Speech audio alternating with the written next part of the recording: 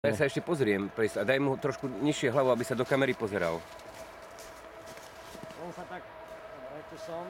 Áno. Dobre. No. Tak môžete. Ako ja počkáme minútu. No. Dobre, klapka. Takže... ja si myslím, že teda môže to byť zaujímavá lokalita, takže by sme mohli aj povedať, že by sa tu oplátilo urobiť archeologický výskum. Určite. Hovorím, pokiaľ chceme nejaké ďalšie informácie, tak bez toho sa to nedá. Áno.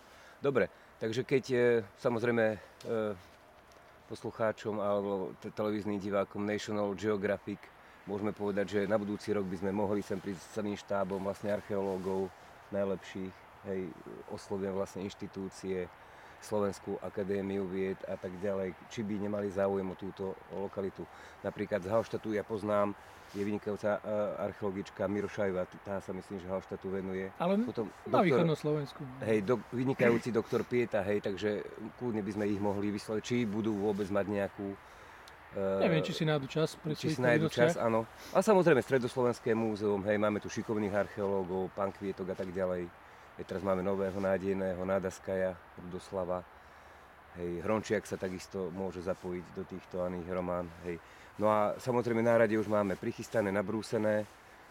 Čo potrebuje vlastne taký archeológ, aby diváci National Geographic vedeli, že čo archeológ potrebuje k svojej práci. Mohol by si nám ty, ako skúsený archeológ, niečo k tomu povedať? No, čakám lopata základ, pozná každý. Áno, áno, áno. Najmenšie výkopy vojenská lopatka. Áno. Najebnú prácu špicka, Áno. škrabka. Škrabka, áno. Je drahé toto náradie? Dá tak sa kúpiť bežne, alebo? Nie.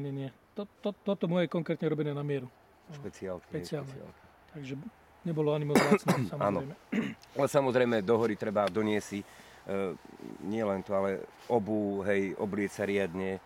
Keď je zima, tak sa môžu použiť aj takéto náradia, ktoré vlastne, hej, sú niekedy veľmi potrebné, aby reč nestála, ako sa hovorí. Pokiaľ je zima ako teraz v novembri, tak áno. No, vidíš, už aj ja kašlem. Dobre, no a ešte som sa chcel vrátiť, hej, na tejto lokalite sme našli aj keramiku. Hej, čo je dosť zvláštne, že takýto hrnček, hej, porcelánový, hej, to asi nejaké dievčatko tu bolo na nejakých čučorietkách alebo na čom stratilo. Ale je to tiež dôkaz toho, že na tejto lokalite sa aj doteraz žije a ľudia sa tu pohybujú. Našli sme taký malý zlomok keramiky, ale nevieme ho ešte datovať, či je to novodobé ako ďalej. Ale hej, samozrejme, že oslovíme Stredoslovenské múzeum s tým, či bude mať záujem na budúci rok niekedy tu podniknúť nejakú výpravu. Zisťovací výskum. Zisťovací na vedecké účely, áno.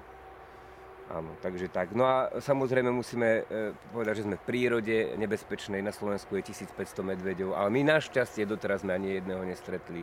Neviem, či je to tým, že naozaj, a tu sa pohybujeme dosť v lokalitách, ktoré sú, dá sa povedať, tak zastrčené, že vieme o tom, že tí medvede sú tam, ale nám sa naozaj doteraz, čo veľmi som rád, že sme nemali tú možnosť. No dúfam, že to tak aj ostane. A dúfame, že to tak aj ostane, lebo hej, stretnutie s medveďom je veľmi nebezpečné, hej, to. Nám sa napríklad tak stalo, ja som tam nebol, keď sme robili archeologický výskum v Priechode, ja som odbehol po televíziu, nie National Geographic, ale pre Slovensku TA3 a v tom prišli tam 4 medvede, hej, 4 medvede, samica s 3 malými, takže nádhera, hej. Našťastie zbadali, že sme archeológovia, teda kolegovia. A v pokoji odišli. A v pokoji odišli, áno. Hej, takže aj také veci sú.